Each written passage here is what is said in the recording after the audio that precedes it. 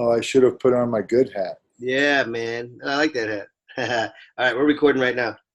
Uh, let's get right into it here. We've got about an hour, and what I'd like to do, I got a bunch of notes and a bunch of stuff. I've been going through all your stuff, and there's so much good things that we can talk about and that we can work on.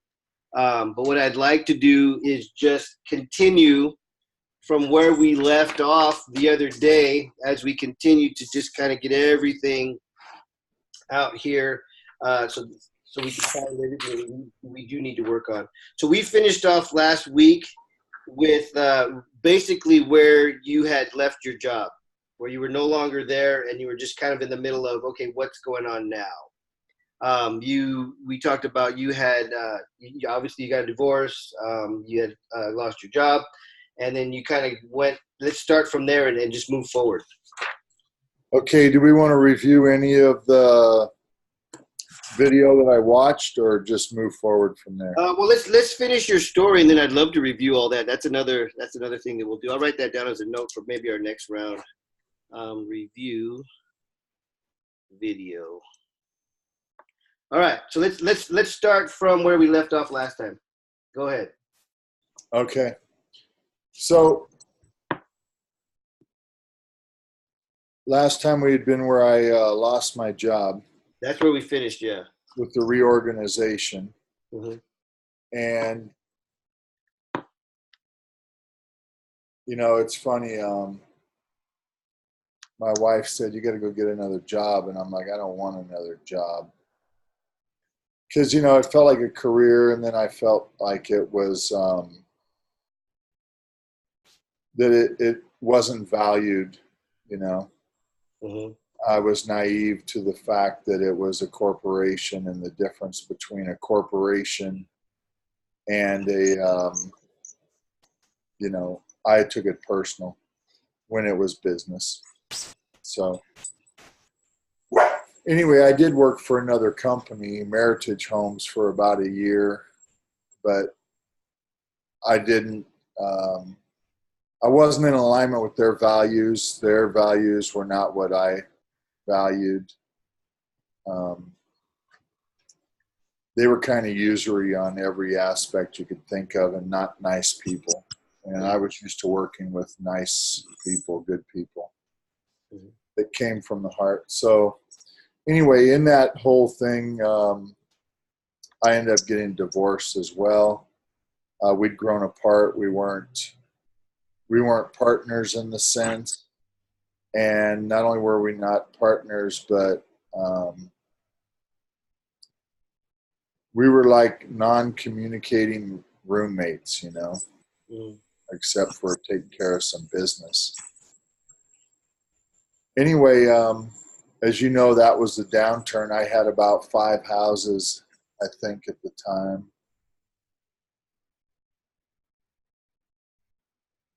Mm-hmm. 4 houses by then. Anyway, those were basically getting a divorce, selling the houses, and also the time of year or the time in the marketplace to maintain those houses. You know, a couple of them I probably shouldn't have bought in the first place, but was, you know, in a certain position. At the time, nobody thought that the market would go down like it did. So there was a lot of loss, obviously, from all that. And then dividing everything up. It's funny, I wasn't expecting to talk about this. So that was very painful, that loss. And probably the most painful part was telling my son that we were getting divorced. Anyway, not a good time, not a good feeling. So we sold everything, divided up the assets.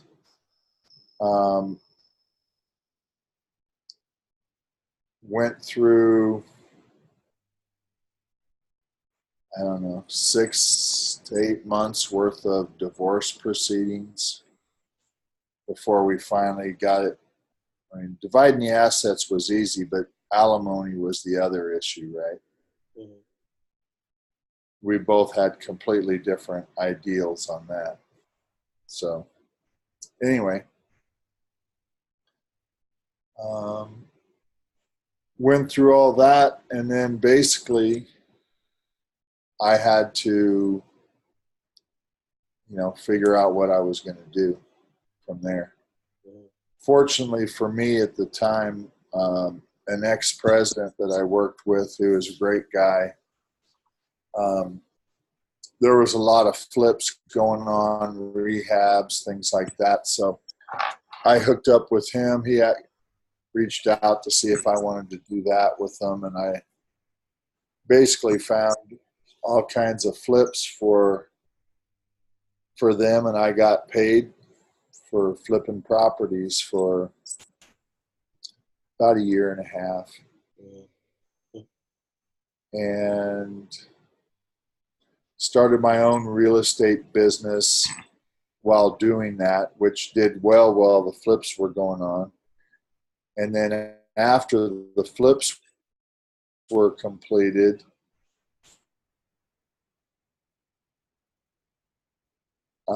it was time to do regular real estate. I had an idea how it's done, but I hadn't really done it as a full-time job, and I was more of a new home guy. And at that point, I was more of a manager leader. Mm-hmm. So I didn't execute well in that by myself. So I ended up folding that up after about a year and a half, and met up with a guy I know who had his own business doing sales and marketing for smaller builders. And in this time frame, I was fortunate to meet Trish about the same time, I think, because that was about 6 years ago. Anyway, during all this time, I'm going to spiritual training and very in touch with, I'm more focused on that than I was on the real estate, probably, to be truthful. It was more about connecting with source, being helpful to people, and doing some mentoring and coaching and my own journey and connection with source than I was focused and interested on being a realtor. So that's probably part of it. Anyway, needed to make some money, go back to what I know. I connected with a guy that had his own business, Riser Group, who did sales and marketing for new home builders. He didn't have a whole lot going on, so I thought, okay, well, we can build this together, and I'll be a partner with them. It'll feel good and all that. And we did really well. Took a while. The first year was pretty low, but we were still making money. The next couple years, we did well, making, $300,000-$400,000 a year each. So that was, and we got good clientele. But the problem I realized was that nobody was doing repeat business with them. Actually, absolutely zero. And it became evident why, because we kept trying to squeeze everybody. And everybody, salespeople, other builders, even myself. And so, I didn't resonate with that style. So the opportune time, we split, and I took a few accounts that were going to leave him anyways, so they went with me, and that's basically what I've been doing with those. That's the Renker group. That's what you're doing with Renker. I mean, yeah, Renker. Yeah, yeah, that's Renker Group, and done some resale in there as well for people. And Trish and I have done a lot of that together. And so during this time frame, you know, it was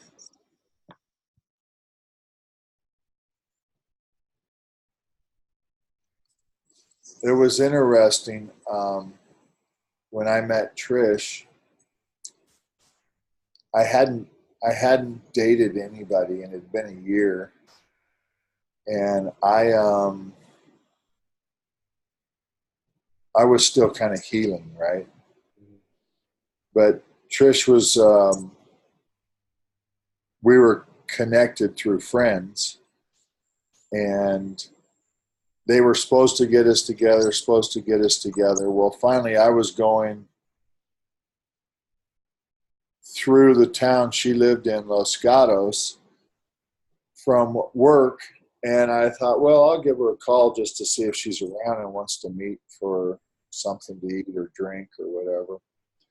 And it worked out. So we sat there and talked for at least 2 hours, and we just connected on a lot of kind of on a soul plane. Nice. So in doing that,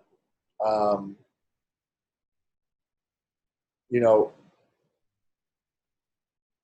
basically we went on a second date that was sailing in the bay, and we just fit, you know.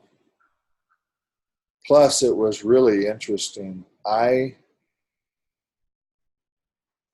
poured out all this information to her.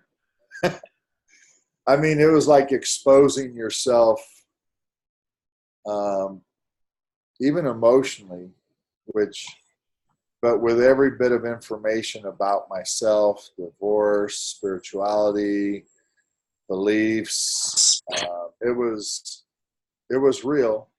And so we formed a good connection and a bond. And I think that was probably it was a major date. Yeah. Anyway, so there's been a lot of work and a lot of work done for me to open up emotionally, a lot of work for me to dig in to understand, you know, about this feeling of loss, the sense of loss. And, you know, the Toltecs have a process that they call, recapitulation. And you basically go back through your entire life on multiple levels of things. And you first get in a spiritual place and connect, and you go back through everything in your journaling. And this takes over a year to do all this. And in doing it, I recognized patterns in my life. I recognized issues. And one of the things that I said when I got divorced was that I didn't want to end up being in a new relationship, but it be similar to my old relationship, right? I asked God, I said, God, I need a woman who likes to do things I like to do, that we can be best friends, that we can communicate, that we're going to talk. Because I'd come home. I had a really nice home in Livermore, out in the, you know, back to the vineyards, pool, hot tub, outdoor kitchen, and fire pit. And I'd say, hey, let's go out back and sit by the fire pit. Oh, I don't want to, because I want to just talk, right? Mm-hmm. Mm-hmm. Or hot tub or whatever. Never one time. Never once would she. And we lived there for about 5 or 6 years. Anyway, Trish is all for any of that. Whatever I say, you want to do this, you want to do that, she's in, right? Now, in the communication aspect, I probably got more than I bargained for. Uh-oh. And it's I don't not know a if bad, huh? Oh, it was. Yeah, I hear you. Go ahead. it's not a bad thing, once you get used to communicating, but when you're used to not communicating at all, and then Trish is like really communicates. So it was interesting. Mm-hmm. But one of the things I was able to identify was if I heard things that I'd heard before from either my ex-wife or from somebody in the past, then I was paying attention. I was listening. Because why is this coming up again? That's a pattern, right? Mm-hmm. So if there's a pattern, there's usually a problem or an issue in that pattern or a lesson that you need to learn and not go through again. If that makes sense. Yeah. So one of the first ones, I was late because I was working, and I pulled up to her house, and I'm on the phone outside for 5 or 10 minutes. I come inside, and now I'm like 15, 20 minutes late for our date. Well, she's not having it. And she starts telling me in her passionate Italian mannerisms of me being late, and it's not going to be stood for, tolerated, and it's not acceptable, and blah, blah, blah. And for me, my thought process is, what the fuck is going on? I mean, I'm a little bit late, so what? Yeah, yeah. And she's going on, and I had that fight, flight, right, going on. It like, I'm out of here, is what I'm thinking, right? You don't have to put up with this, just leave. Yeah. Which is what I would have done in the past. Yeah. But I was habitually late. Mm. So I did have a lesson to learn. Mm-hmm. So I had to be truthful with myself. Mm-hmm. Hey, you're late. Own it, right? Mm-hmm. I didn't appreciate the attack or the feeling I had from the attack that I was receiving. Mm-hmm. But I sat with it. And that's an example of, probably 50 other things that have happened of the same way, and things that we've gone through. And then there was a lot of, we read books together. We read a lot of books together. Trish and I did out loud. And I'm gonna tell you the good parts, so because I want to remember, I don't want to forget them. Is that we go kayaking, hiking, we go to the ocean and hang out on the beach, and we did a lot of dispatchals, which is a connecting with source, fire ceremonies, other things where my ex would go like this, get away from me, like something's wrong. Yeah. Trish would embrace it. I don't know if I told you the story about, I think I did, when I went to that one spiritual retreat, I saw the gal's tumor in her neck and stuff. Oh, yeah. Yeah, you did. That was amazing. So I told my ex-wife about that when she got back from a trip. And she was, don't talk about that. That's, like I was all excited, right? Thinking, wow, this is great. Anyway. So there's the big differences, right? And anyway, Trish and I read books together, have read a lot of books together. And in doing that, we've been on the same page. I don't know if you've ever read Don Miguel Ruiz, The Four Agreements, Four Agreements. Yeah, I think I have read that. Four Agreements. and The Mastery of Love, Gary Zukav, The Seat of the Soul. All those types of books you go very deep on. Mm-hmm. And those are, what's funny is we watched Oprah and we get the book and we're reading it. And then later Trish finds that she had the book already. Anyway, we both shared different books with each other and shared thought processes, beliefs, feelings. And that was where it really came in, was Trish helping me get in touch with my emotions and my feelings. Mm-hmm.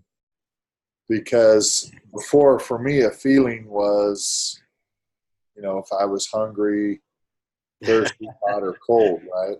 Right, yeah, yeah. And the one emotion that I would show, which I didn't realize, was anger. Mm-hmm. That was the only emotion outlet, was anger. Actually, I take that back. If I watched like Undercover Boss, I don't know if you've ever seen that program. Yeah, I've seen it.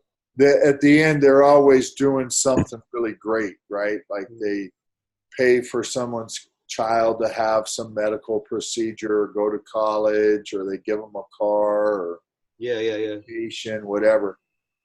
For whatever reason, that affects me emotionally where I start crying. Yeah. That gift of that really affects me, which is pretty cool. Yeah.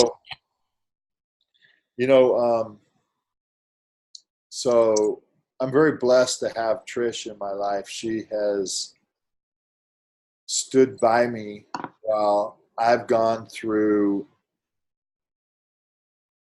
trying to find out who I am, why I think that way, how I connect, how I disconnect, and where my perceptions and beliefs come from. And what's interesting, growing up, I've always had a perception of competitiveness, right? Even if it's friends, brother, whatever, it's a competition to win. And so in a competition, if you're competitive, you don't really open yourself up completely. You don't let them know everything about you, right? Yeah. Because then they've got an advantage or an edge. So I don't think I've ever really let my true self out there until this relationship with Trish. And I also, even at work, it was always a competition.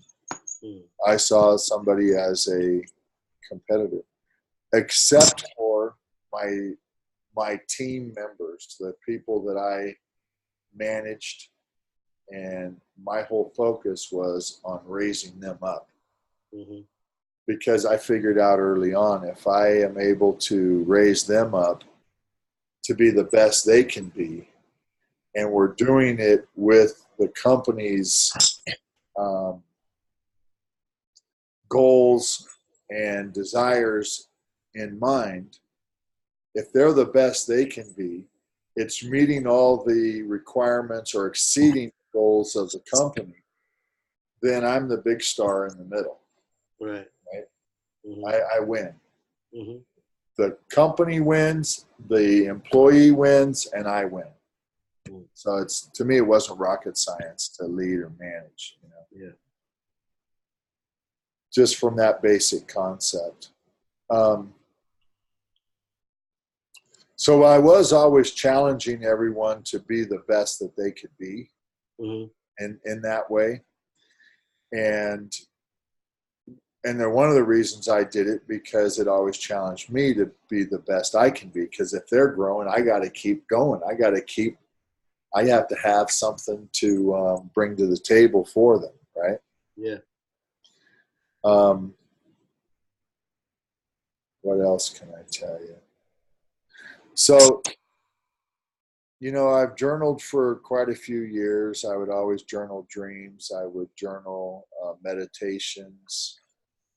And in the process of doing the recapitulation, finding patterns, that there were blocks in there.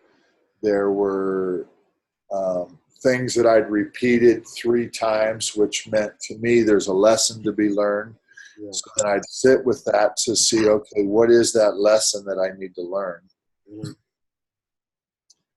And that's the process I want to do with people, is that, when I'm coaching them, once I get them to that stage, to help identify why they think and believe the way they do, and where that perception comes from.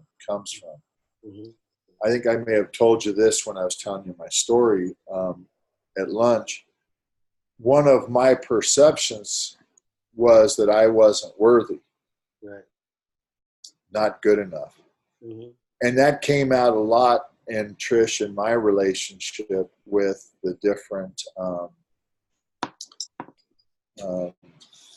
ways I would react to certain things, and so did the competition, where I would see her as competition versus a helpful ally and person, which is kind of weird when you think about it. Yeah. So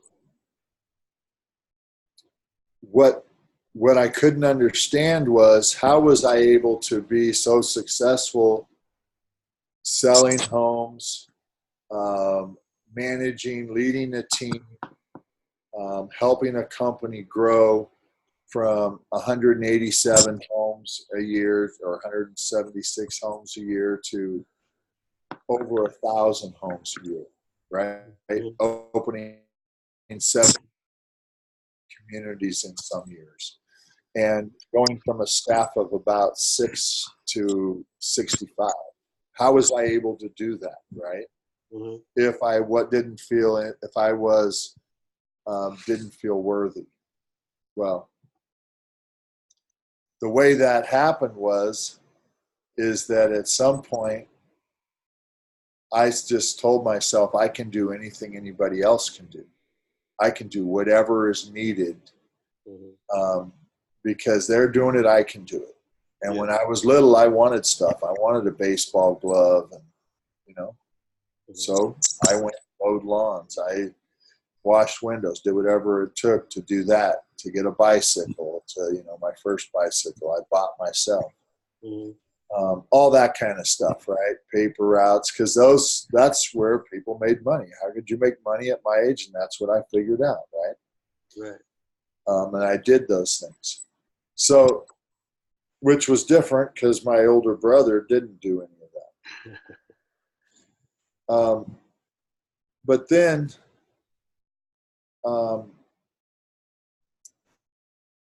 so still trying to figure out, well, why did I feel stuck? Because I felt it took me about 6 years. I just felt stuck. I don't know if I even told you this part. I had a big builder, Lennar, which was the other big builder besides Pulte and D.R. Horton. But Lennar was the biggest at one point there, because Pulte screwed up buying Centex. That they called me and wanted me to interview for the VP position in the Bay Area. And I didn't want it. The headhunter called me. I said, no, I'm not interested. Yeah. Because I was growing my business and I was doing some stuff at the time. And I really had the fear. I didn't want to work for the big builder because I still had that sick poisoned feeling of what you have from the public companies, right? The corporate world, the association to the corporate world, right? Yeah, yeah. So they called me again, and he says, hey, they want to groom somebody to be president, and they want it to be from sales. I said, okay, now you got my ear. Because most of the time in home building, the presidents, oh, are you still there? Did I lose you? Oh, yeah, there you go. So most of the time, the presidents are,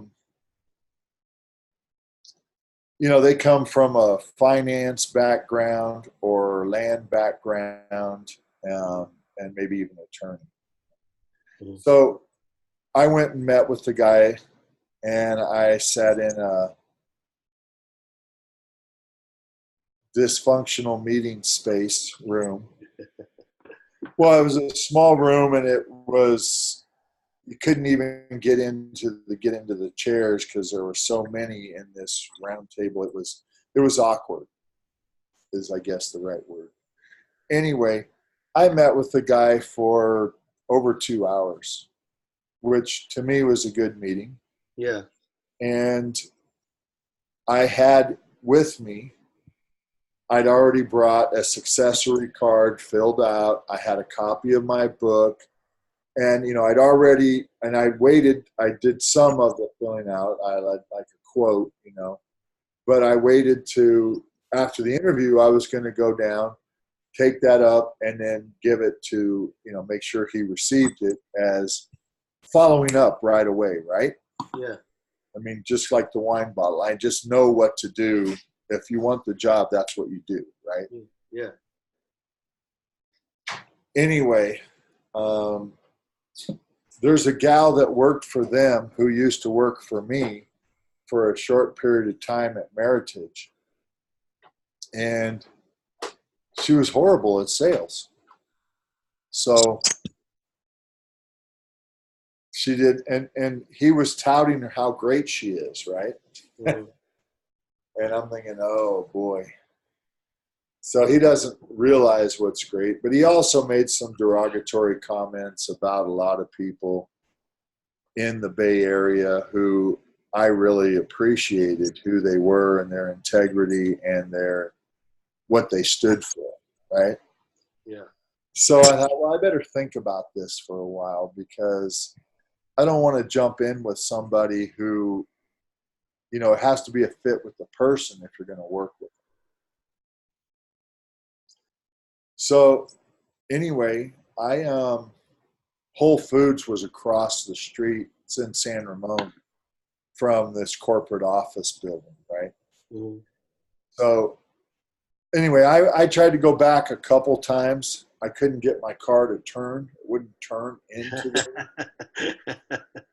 the first time. The second time I got it to turn in, and I couldn't get out of the car. Interesting. To go give him the stuff. Yeah. And I ran into him a couple days later at the Whole Foods store in San Ramon, and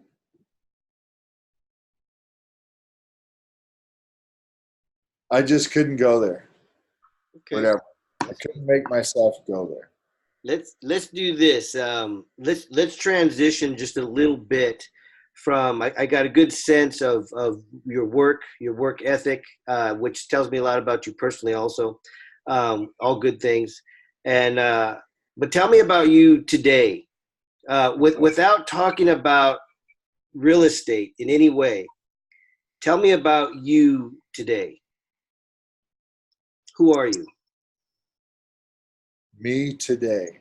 So today, I spent quite a bit of the last couple years on the journey of discovering my authentic self, and also in sharing that and discussing that and being open with Trish with that.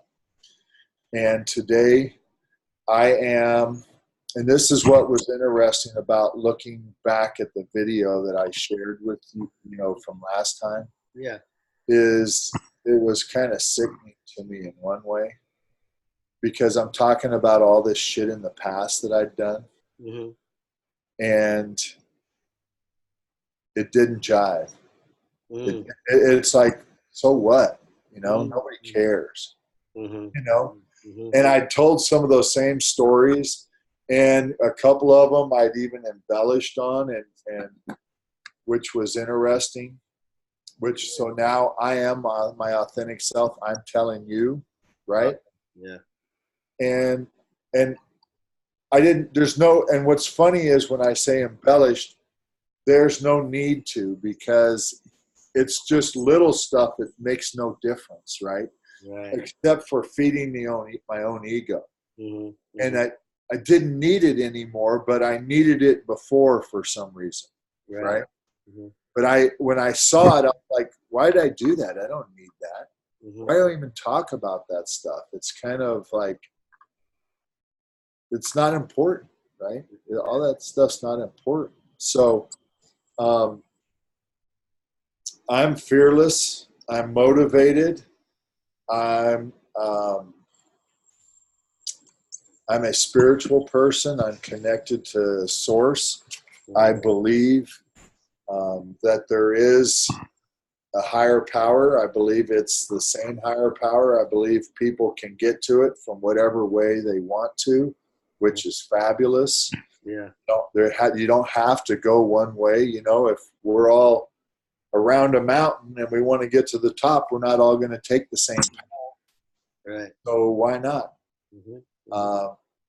I dislike haters. Mm-hmm. You know, I know there's a lot of people that don't like President Trump, Mm-hmm. and there's a lot of people that don't like the Democrats, and some of their beliefs. But I don't think people have to be such line in the sand haters, you know. Right. And I don't know why.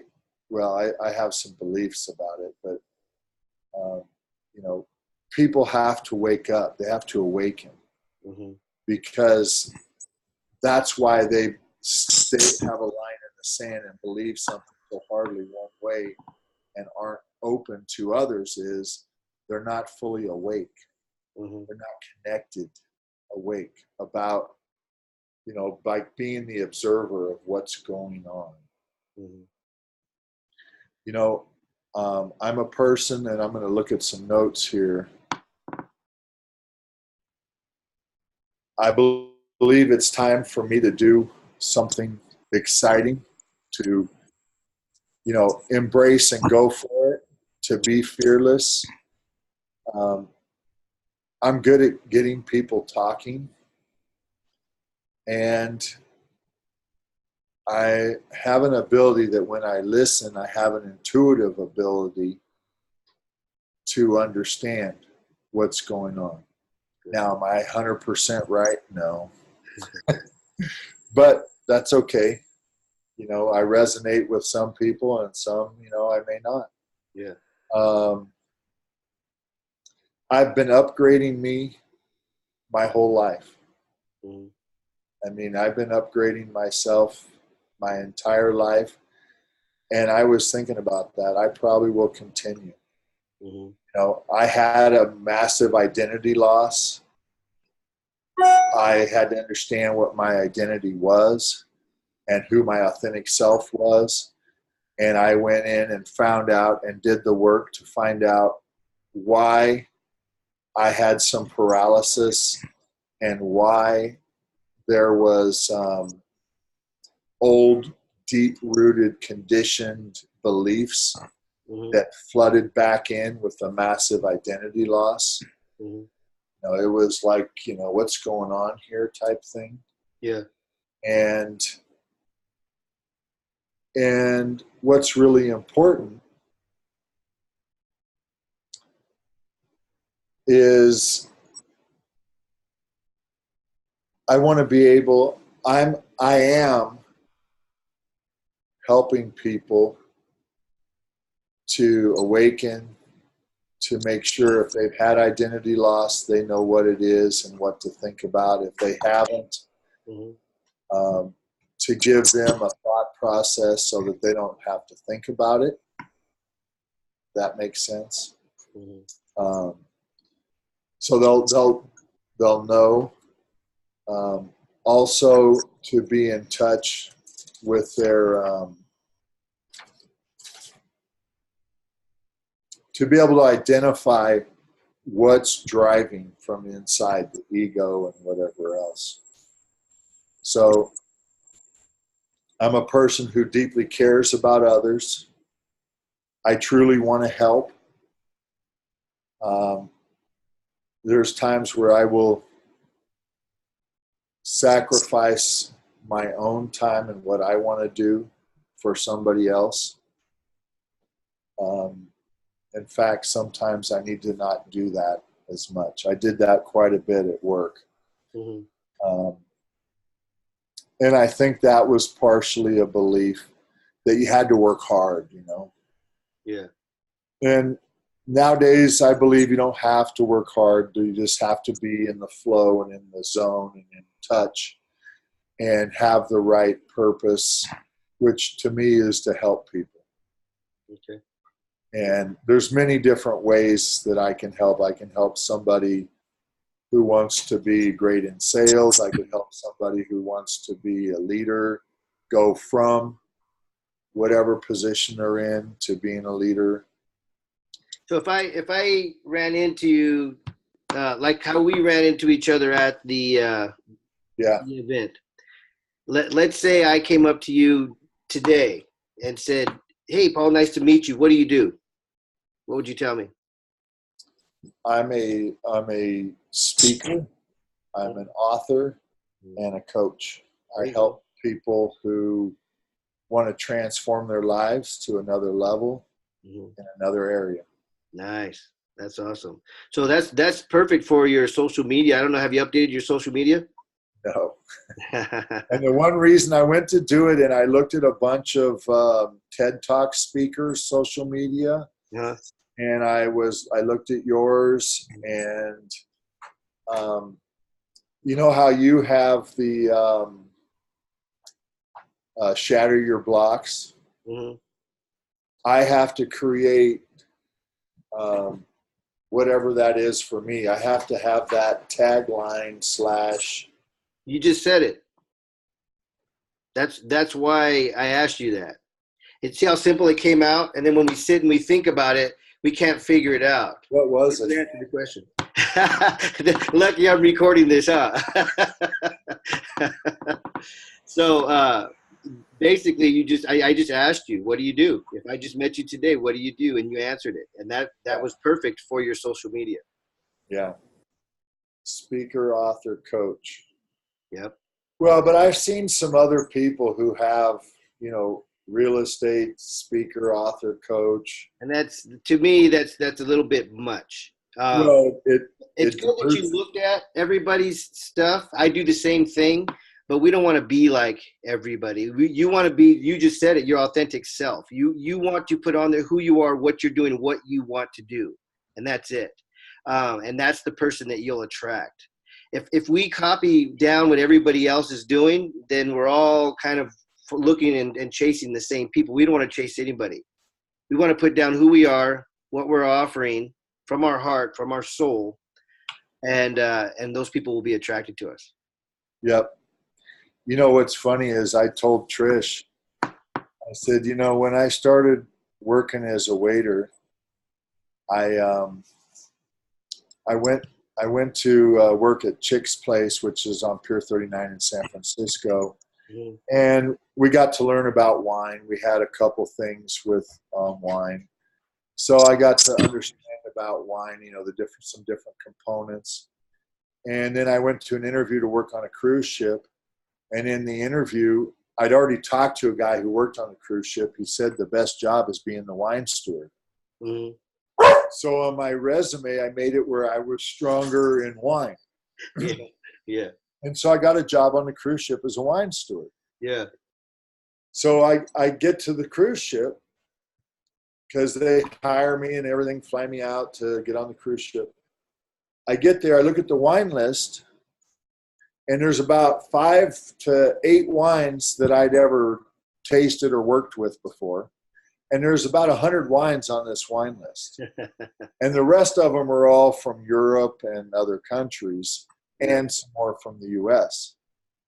So I have a wine book that I bought and studied, and so I'm studying the ones that are on the wine list and the more common ones. And anytime somebody has orders, so I'm recommending ones that I've read about but haven't ever tried, because I have the wine key where I can try the wine. Yeah. And then I can make notes about it, and then next time I know about it, right? Right. So that's how I became a wine steward. Yeah, that's awesome. And that got me my job in Vail, which, because I was the wine steward there, and then that got me my job on the Orient Express. Yeah. Right? From that. Yep. And then I came back, and as I told you, I got the job working in real estate just by being real and talking to the guy about what I wanted to do. Yep. My point with it is that I created who I was before I was that person. That's good. I like it. You know? We talked a little bit about that. I gave you the fashion industry example where I kind of did the same thing. I went and I learned the language, right? So it's great. We should research and look and understand and the industry and the language. But where we're coming from right here now, we got to kind of combine that with who am I?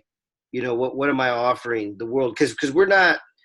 Are we doing business? Yes. But you even mentioned it. The first part of it is like soul work, right? Yeah. Human work. So there's a combination there of those two things. I mean, those are amazing things. That's the entrepreneur in you. I have that. I have it also. Even though you did it for a job, it's the entrepreneur in you. You can see far out. I believe that in you. You can see far out, and you know what you want. And that's a great thing, because I have the same thing. But we got to be careful, is because we can see so far out. If something goes wrong, we can always see so far down. And that sometimes that'll drag us down, because our mind can see so much. So we really got to be careful in that, you know. We got to try and stay fresh and understand. Okay, so Paul, it's real important that we get through homework, because we got this event coming up in less than 45 days, and you're speaking. So you want to have your social media set up. It doesn't got to be fancy crazy. It just has to be set up with a few posts on there of who you are. Because as we're marketing this event and your name's coming up, people are going to Google you. They're going to say, who's this guy? And they're going to want to know what's going on. So you need them to be able to find something just basic about you. It doesn't got to be perfect. It doesn't have to be fancy. It doesn't have to be just this, famous guy. It just has to be, oh, here's Paul. I found him. What does he talk about? What does he post about? Right. So the one thing I wanted to do with that is, like you have Shatter Your Blocks. Mm-hmm. That's the one piece that's shatteryourblocks.com, right? Yeah. Shatteryourblock.com. And that's your website. Yeah. That's the one piece I need, is my tagline /website title, which, I can go to GoDaddy or whatchamacallit to make sure I have a domain. Mm-hmm. Mm-hmm. But I just wanted to make sure I have that tagline. We'll get that. I mean, you can work on that. We can work on that. Don't let that stop you, though, from still creating everything else, right? Don't create a block with that. Right. Don't create the block with that. You can have everything that to put on there, and that'll come. We don't have to have, if we have 10 objects, we don't have to have all of them to get started, right? I think, I don't know if I said this to you, or I say this to a lot of people with Les Brown's quote. We don't have to be great to get started, but we got to get started to be great, right? We have to get started and get everything set up and running. So that's the key. So I have some more homework for you. I'm gonna this recording, I'll send it to you also. So you got a couple of things as homework. Now your homework is a little bit load, because you need to do your social media. I'd say, Paul, if you would commit even 90 minutes a day to some of this stuff that I'm asking you to do, that's way more than you even need. Okay. So get the social media stuff done. I'm going to send you this video. When you have some time, watch it just like you did. Learn from it as the last one. And then what you need to do is start practicing your speech. And these two videos are going to help you with that. You may already have it, but if you don't, what you want to do from the stuff we've talked about is pull the nuggets, the wisdom from it. Instead of the long portion of the story that you'll tell about a certain item, take the wisdom out of that. I learned this, boom, boom, boom, right? Because you got 20 minutes. So you're going to break that down. What I suggest you do with that, you have an iPhone, right? You showed me your iPhone. Yeah. Sit down and don't try to script a speech, but sit down, set up your phone so that you can video record yourself and talk to Trish. Just talk to Trish for 20 minutes about what your speech, right? Talk about it. A speech doesn't have to be a scripted, like a TED Talk, they're great at it. Those are scripted talks. They really are for the most part. TED Talks are. And they're great. They're good because they're presenting an idea. Your talk here is going to be more of an inspiration, right? Kind of what the whole losing your identity, right? You have that in you. You have that talk inside you because you've experienced and you've gained wisdom from it. So when you sit down and you set up your phone to record yourself, just talk to Trish. Don't look at the camera. Just talk to Trish and tell her your story, what you learned, what you went through and what you learned without all of the details, right? Get the wisdom part. And like you said, you've been doing, go ahead and watch a few talks, watch some stories, watch some messages, and then get some ideas from that. But you have to start practicing. I mean, I need you to do that a couple times a week. Yep.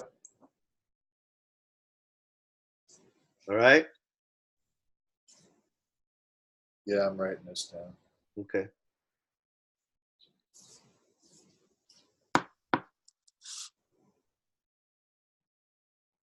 Okay.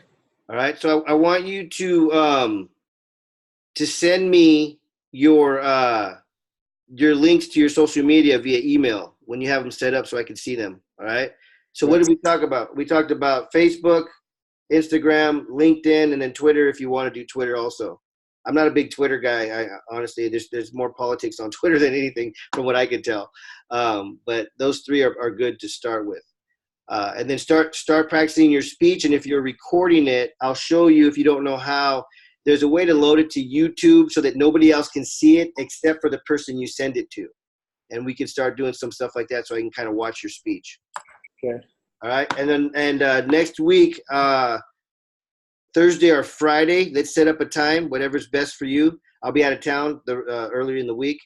And next week, I want you to practice. Show me what you've been practicing. So we'll get on here like this and record it, and you just go to town on your speech. Okay. All right? You can do it, man. Be Do ready. you want to do what? Let's meet Friday at what time? Want to do 10 a.m. again? Sure.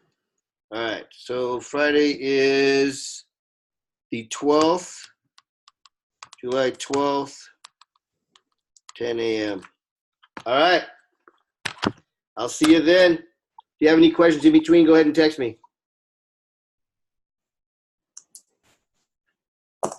When are we going to do the website? The speaker website? Yeah, and the speaker kit and all that stuff. We start on that right now. The one thing that I need most important for that is some content. So the outline and everything, I mean, that's simple and easy. I'm not worried about that at all. Do you have content? Do you have pictures of you on stage or anything like that? No. Okay. Because I can get all that put together and put some content in it for you, just basic speaker kind of content. But I'd really I think the most of our content is going to come out of this event. You're right. We're going to have pictures of you on stage, video of you on stage. We're going to have all that. So I think that's going to be where everything's. Well, the reason I ask is because I need to do a speech or two before you said. I want to do, and we'll take pictures there too. Yes. So that's what I want to have something to send to the person to be able to tell them. Oh, you just cut. I don't know if you can hear me. You're frozen. Uh-oh. Hold on a second. Let's see if you come back. You're frozen. If you can hear me, I'm gonna call you on the phone now because we're just finishing up. So I'll call you in a couple of minutes. I'll call you right now as soon as I close this out. If you can hear me.